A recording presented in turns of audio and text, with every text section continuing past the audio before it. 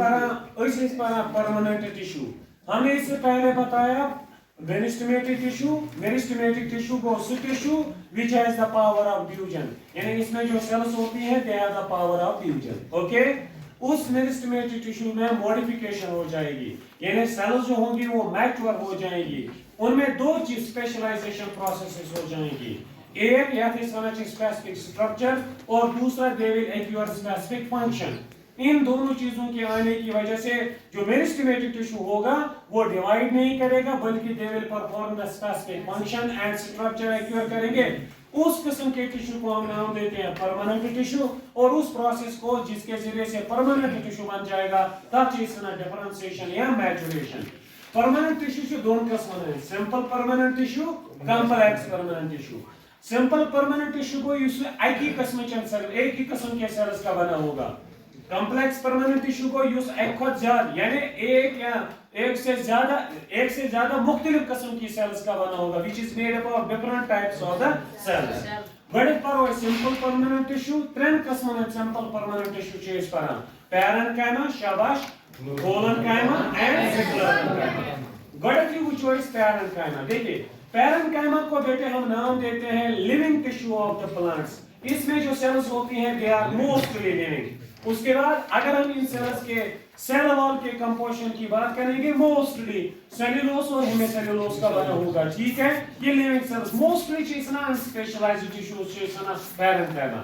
तेम पत लोकेशन अगर इस पैरेन्काइमा सेलन मस कत करो प्लांटुक सह पार्ट छने कि यथ मस पैरेन्काइमा सेल्स प्रेजेंट, यानी हर एक पार्ट में आप देखोगे पैरेन्काइमा सेल्स प्रेजेंट होंगे, चाहे वो रूट होगा, स्टेम होगा, लीफ होगा, फ्लावर, सीड, फ्रूट, प्रत्येक जगह से पैरेन्काइमा सेल्स प्रेजेंट आसान। उसके बाद इनका अरेंजमेंट, अगर इनके अरेंजमेंट की बात करेंगे एज पर द एनसीईआरटी, या तो ये मेरे बच्चे या तो ये कंपैक्टली अरेंज्ड होंगे तो इंटरसेल्युलर स्पेस प्रेजेंट नहीं होगी।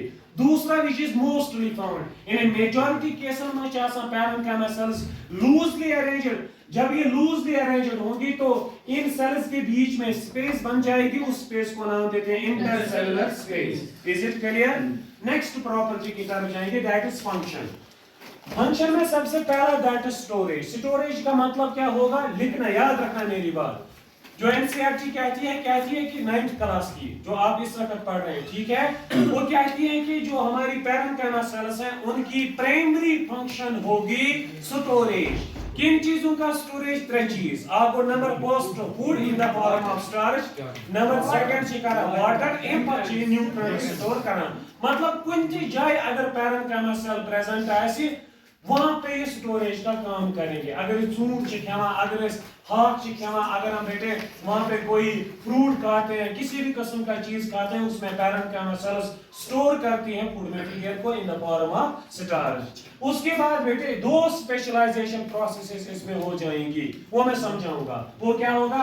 ये जो पैरेन्काइमा सेल्स होगी प्राइमरी फंक्शन तो इनकी स्टोरेज है कि नहीं?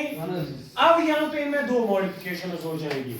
अगर पैरेन्काइमा सेल यहाँ पे है, ये एक्वायर करेगी या डेवलप करेगी क्लोरोफिल, ठीक है, उस किस्म की पैरेन्काइमा सेल को नाम देंगे क्लोरेन्काइमा। इस क्लोरेन्काइमा सेल में क्लोरोफिल आने की वजह से it will perform a process that is photosynthesis which is mostly found in the leaves in the mesophyll tissue. इन पच्चीस में ये पैरेन्काइमा सेल चूंकि इसके पास इंटरसेल्युलर स्पेस प्रेजेंट होगी, ऐसा कि ना? इन इंटरसेल्युलर स्पेसेस में आप देखोगे मेरे बच्चे वहां पे डेवलप हो जाएगा, यानी वो स्टोर करेंगे वहां पे आयरन। इस किस्म के पैरेन्काइमा टिश्यू को हम नाम देते हैं एरेन्काइमा। इस एरेन्काइमा टिश्यू की फंक्शन होती है इट प्रोवाइड्स बायोन्सी। बायोन्सी का मतलब है ये बेटे प्लांट को डूबने से बचाएगी।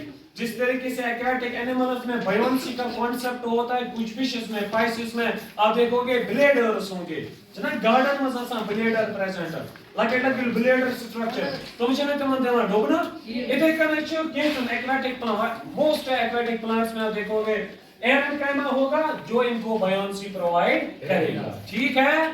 Is it clear? दैट्स